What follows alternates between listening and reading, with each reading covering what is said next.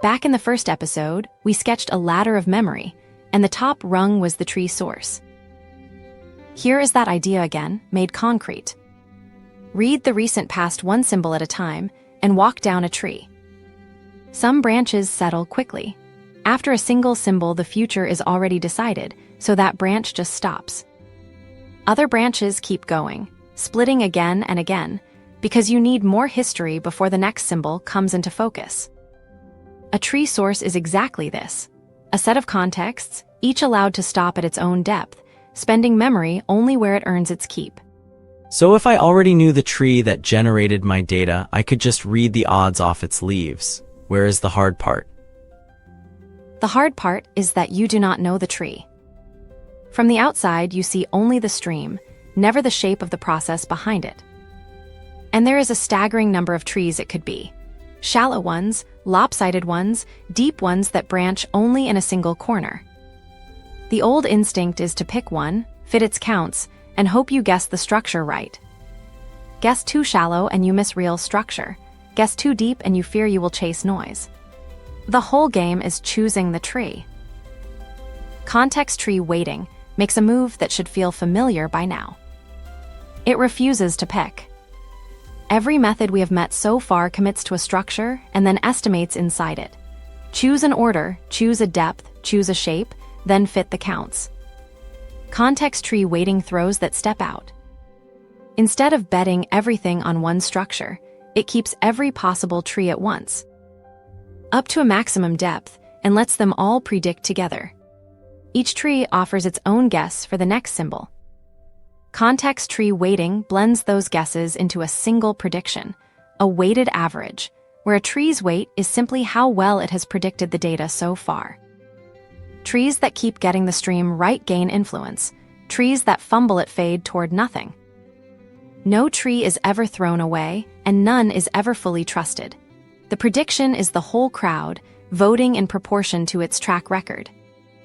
It is the crowd that is clever here, not any single member of it. That sounds like the Bayesian picture from the framework episode. It is that picture exactly.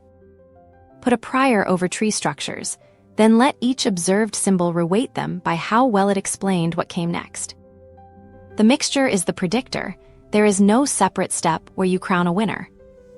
What makes context tree weighting special is not the idea itself.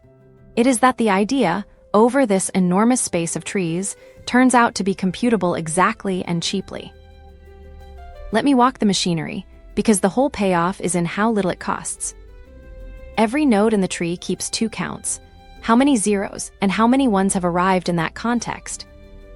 From those counts, it forms a local estimate of the next symbol, with one gentle twist. It adds half a count to each side before taking the ratio. That half is what keeps a brand new context from ever declaring a symbol impossible. So the predictions stay calibrated even when the data at that node is thin. Now the weighting. At each node, context tree weighting mixes two stories with equal weight. One story says, "Stop here, the local count-based estimate is enough." The other says, "Go deeper, trust the blend coming up from my two children." Give each story one half and combine them. Because every child runs the very same rule, a single formula, applied up the path from the deepest context back to the root, folds an entire forest of trees into one number. Wait, how many tree structures are actually hiding inside that one formula? More than you would believe. The count of distinct trees grows doubly exponentially with the depth, so even a modest depth conceals astronomically many structures. And yet the work per symbol is only proportional to the depth, one walk down and one walk back up. No learning rate, no smoothing constant, no validation sweep to tune. An exact average over unthinkably many models for the price of a single path. So much for theory. Does it actually reach the ceiling? The blog post runs a clean test. It builds a sparse source of order 3, 8 possible contexts, but only a few of them carry any information. 4 contexts are nearly decided, 2 lean gently one way, and 2 are pure coin flips. For a source like that you can compute the best accuracy any predictor could ever reach, an oracle that already knows every transition probability.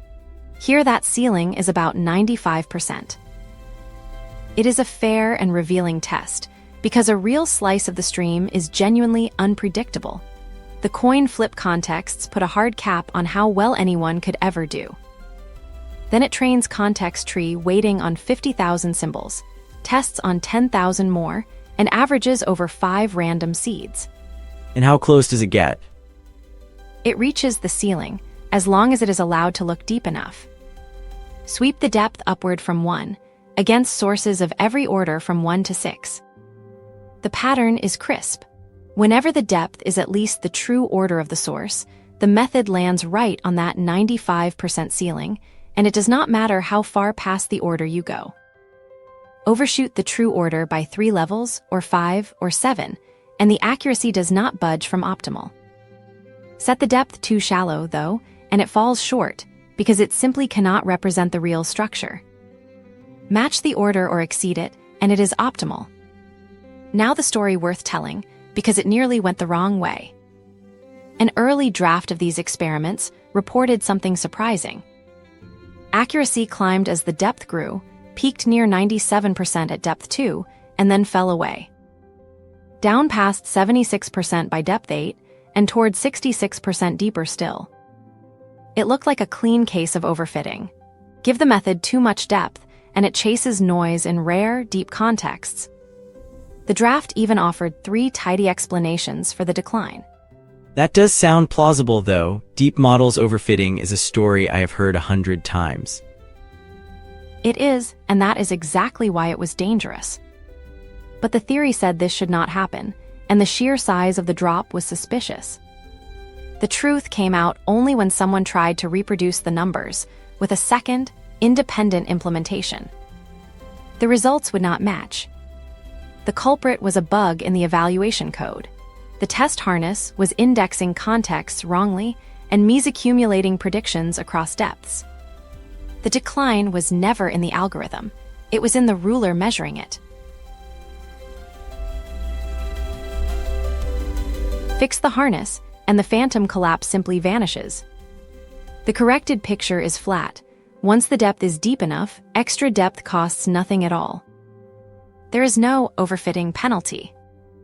And that reveals something deep about the method. Remember the stop here or go deeper mix, 1/2 and 1/2 at every node.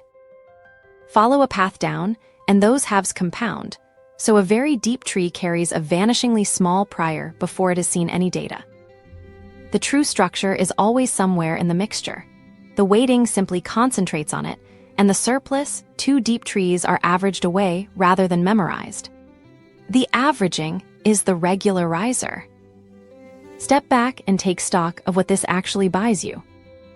Context tree weighting comes with a promise, not merely good behavior on one lucky test. Against the best tree source of any structure, its extra cost, its regret, is provably small, and grows only with the logarithm of the sequence length. Think about what that logarithm means. As the stream grows longer, the average penalty per symbol shrinks toward 0, so in the long run the method predicts as well as if it had known the best tree structure from the very start. In prediction terms, its accuracy climbs to the ceiling we drew. In compression terms, its bit rate closes in on the true entropy of the source. And all of that with no parameters to tune, updating exactly, 1 symbol at a time. So why isn't everything just built on this? Because the guarantees live inside a fence. The classic method speaks a binary alphabet, and it commits to a maximum depth chosen in advance. More deeply, it is a creature of the recent past. Its entire world is the last few symbols inside a fixed window, so it has no notion of meaning, no notion of long-range structure, no sense of a word echoing back from 1,000 symbols ago. For that we need a model that learns its own features, rather than counting fixed contexts. That is where neural language models come in, and that is the next episode.